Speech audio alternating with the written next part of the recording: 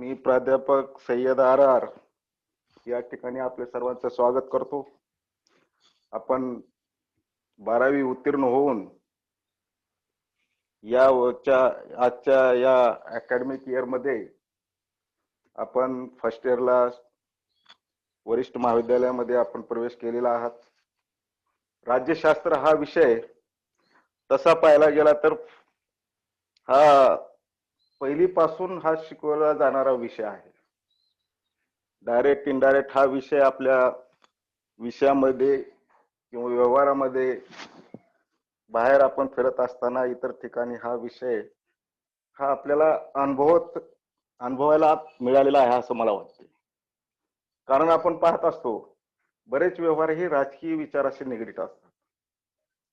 त्याचप्रमाणे मी असंही सांगू शकतो की ज्यावेळेस निवडणुका लागतात अशा वेळेला सुद्धा शेतामध्ये किंवा मारणावर जनावर राखणारा सुद्धा माणूस हा राजकीय विचाराशी प्रभावित होतो आणि तो त्यावेळेला राजकीय याच्या उद्देशानुसार हा भाष्य करत असतो की हा पक्षाचा उमेदवार निवडून येतो किंवा त्या पक्षाचा निवडून येतो. हे राजकीय भाष्य तो करत असतो. तशाच प्रकारे अभ्यासक्रमात सुद्धा राज्यशास्त्र हा खूप महत्वाचा विषय आहे. विद्यार्थी मित्रांनो, आपण 12वी पर्यंतचं एज्युकेशन हा वेगळा आहे. नंतर सिनियरचं म्हणजे उच्च माध्यमिक महाविद्यालयाचा विषय जो आहे तो आपण विचारपूर्वक निवडला असाल. कारण प्रत्येक विषय निवडण्यामागे हा सिनियरच्या विद्यार्थ्यांची एक भूमिका असते. ते भूमिका आपण ठामपणे अवगत केलेली असेल असं मी या ठिकाणी मानतो. कारण 12वी पर्यंत शिक्षण हा रुटीन मधले शिक्षण असते. परंतु सिनियर मध्ये इतिहास, समजा तुम्ही इतिहास घेतलात, राज्यशास्त्र घेतलात, अर्थशास्त्र घेतलात, त्यामागची तुमची काहीतरी भूमिका असते की हा विषय का निवडला. तशाच पद्धतीने राज्यशास्त्र जे आपण विषय निवडलेला आहे ते राज्यशास्त्र विषय निवडण्यामागे आपली काय भूमिका आहे किंवा हा विषय निवडल्यानंतर आपल्याला या विषयापासून आपल्याला काय साध्य करायचं आहे याचे एक आपल्याला अवलोकन असणं गरजेचं आहे. केवळ फक्त विषय घेणे किंवा उच्च शिक्षण घेणे हे ध्येय असणे कामाचे नाही.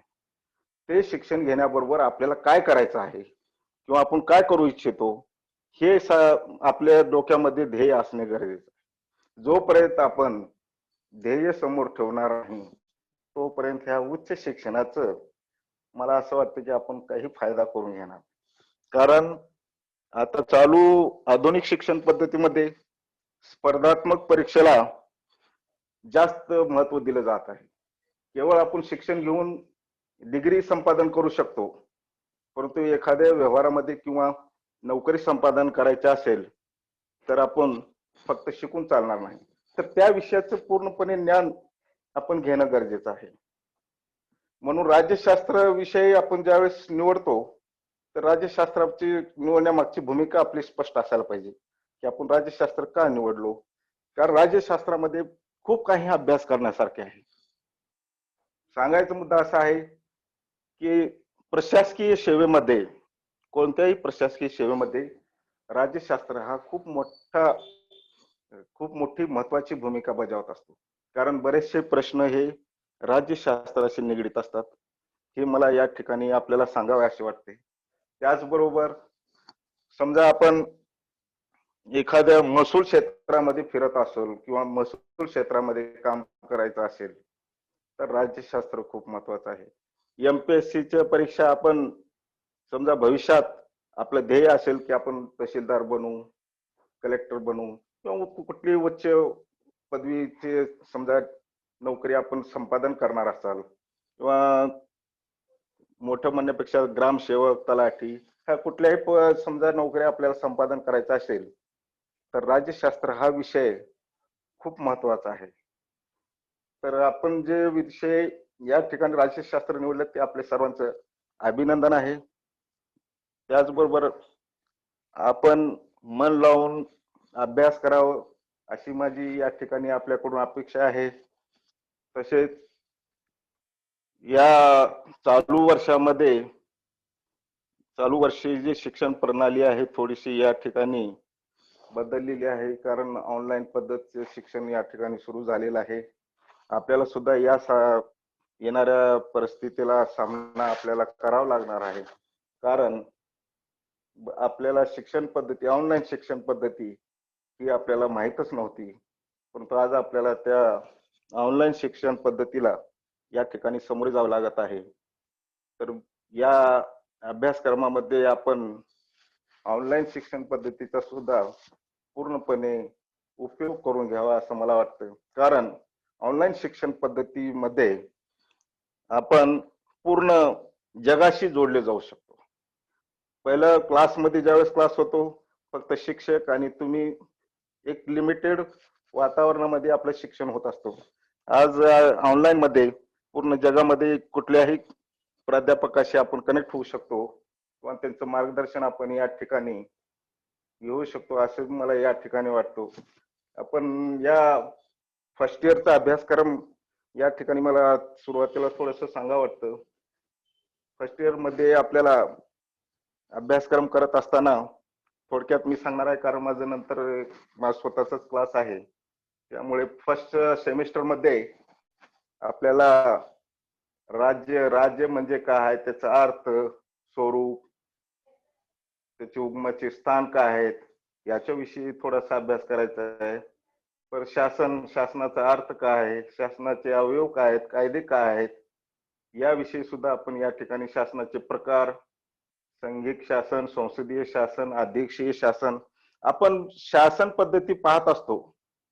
एखाद्या जिल्हा परिषदचा किंवा संसदेचा अध्यक्ष, महाराष्ट्र शासनाचा मुख्यमंत्री, याच्याविषयी आपण पाहत असतो काय चाललंय ते. प्रत्यक्षात आपण अभ्यास करून ज्यावेळेस जातो त्यावेळेस पूर्णपणे आपल्याला माहित होते की नेमकं काय असतं, अध्यक्ष कोण असतो, मुख्यमंत्री कोण आहे, किंवा त्याला पात्रता काय असते, याच्याविषयी डीप मध्ये म्हणजे सखोल माहिती आपण हे अभ्यास करत असताना याच्यामध्ये आपल्याला या ठिकाणी माहिती मिळते. त्याचबरोबर सार्वभौमत्व, तसेच नागरिक तत्व आणि अधिकार, नागरिक तत्वाचे काय अधिकार आहेत, नागरिक तत्वामध्ये त्यांचे कर्तव्य काय आहेत, हे आपण या नागरिक तत्वामध्ये या ठिकाणी पाहणार आहोत. तसेच दुसरा विषय आहे basic concept of political science. याच्यामध्ये स्वातंत्र्य, समता, न्याय, आपण नुसतं बोलत असतो की स्वातंत्र्य असायला पाहिजे, समाजामध्ये समता असायला पाहिजे, पण खरंच आहे का? समता आहे का, न्याय आहे का, आपल्याला स्वातंत्र्य आहे का, या गोष्टीचा सुद्धा आता आपण अभ्यास करणं गरजेचं आहे.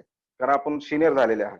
समाजामध्ये वावरत असताना या गोष्टी आपल्याला अनुभवायला भेटतात का, किंवा समानता आहे का, ह्या गोष्टी सुद्धा आपण या ठिकाणी अभ्यास करणे गरजेचं आहे. त्याचबरोबर हक्क काय आहेत, हक्क कशा स्वरूपाचे असतात, हक्काचे प्रकार काय आहेत, याचा सुद्धा अभ्यास आपण या फर्स्ट इयर मध्ये करणार आहोत. त्याचप्रमाणे लोकशाहीचा अर्थ, त्याची व्याप्ती काय आहे, याचा सुद्धा या ठिकाणी अभ्यास करणार आहोत. त्याचबरोबर कल्याणकारी राज्याचे अर्थ, वैशिष्ट्ये, स्वरूप या फर्स्ट सेमिस्टर मध्ये आपण या ठिकाणी पाहणार आहोत. मला विद्यार्थी मित्रांनो, थोडक्यात मला असं म्हणायचं आहे की तुम्ही राज्यशास्त्र निवडलात याबद्दल आपले खूप खूप अभिनंदन. परंतु आपण याचा अभ्यास करत असताना मन लावून या विषयावर आपण लक्ष घालावे, जेणेकरून भविष्यात आपल्या या विषयाचा खूप मोठा फायदा होईल असे मला या ठिकाणी खास करून सांगायला लागते. मी जास्त वेळ बोलणार नाही, कारण माझं एक कोर्स चालू आहे आणि त्या कोर्सला मला उपस्थित राहायचं आहे. त्यामुळे मी फर्स्ट इयरच्या सर्व विद्यार्थ्यांची या ठिकाणी स्वागत करतो. आणि मी आज या ठिकाणी माझे आजचा जो कार्यक्रम आहे तो या ठिकाणी संपवतो. जय हिंद. सर, आपण खूप चांगल्या पद्धतीनं विषयाची मांडणी केलेली आहे. जरी विद्यार्थ्यांना काही जरी विचारायचं असेल, काही जर प्रश्न असतील, तर या ठिकाणी डॉक्टर फारुख सर हे या ठिकाणी जॉईन आहे. जर काही प्रश्न असतील तर तुम्ही विचारू शकता. सरांचाही विषयाचा खूप चांगला अभ्यास आहे, त्यामुळे जर काही प्रश्न असतील तर फारुख सरांबद्दल मी सांगतो, कारण त्यांनी UPSC MPSC चे क्लास घेतलेले आहेत. त्यांना त्याबद्दल खूप अभ्यास आहे महसूल क्षेत्रामधला. कारण प्रशासकीय सेवेमध्ये काय लागतं आणि काय नाही, काय करायला पाहिजे याबद्दल त्यांचा खूप मोठा अभ्यास आहे. त्यांचं सुद्धा मार्गदर्शन आपण घेऊ शकता. आपण आपलं काय म्हणणं असेल तर तुम्ही विचारा. सर राज्यशास्त्र म्हणजे काय? Hello sir. राज्यशास्त्राची व्याख्या. हॅलो. व्याख्या सांगा बरं सर. राज्यशास्त्राची व्याख्या अशी, राज्यशास्त्र म्हणजे काय हे 10वी 12वीचे प्रश्न आता सिनियरला विचारायचे नसतात. राज्यशास्त्र म्हणजे असं आहे की असं शास्त्र, सामाजिक शास्त्र आहे की ज्याच्यामध्ये भौगोलिक प्रदेश, जनता, सार्वभौमत्व आणि जिथं ज्या कुठली शासन व्यवस्था आहे याचा सखोल वैज्ञानिक दृष्टीने अभ्यास करणारं शास्त्र म्हणजे राज्यशास्त्र आहे.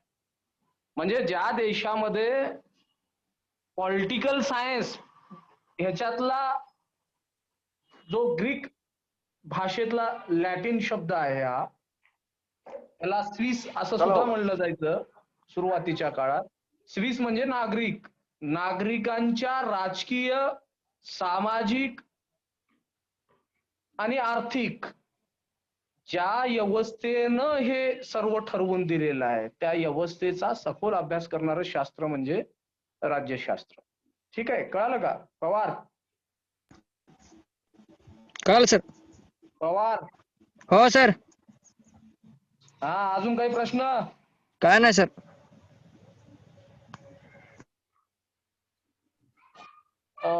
खूप खूप अभिनंदन रब्बानी सरांचं की चांगलं एक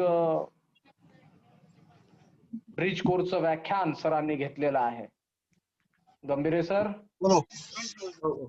आता संपवायला काही हरकत नाही.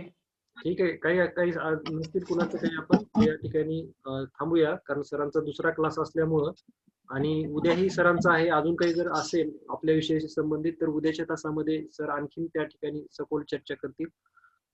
तर या ठिकाणी आपण थांबूया. ओके, ठीक आहे सर.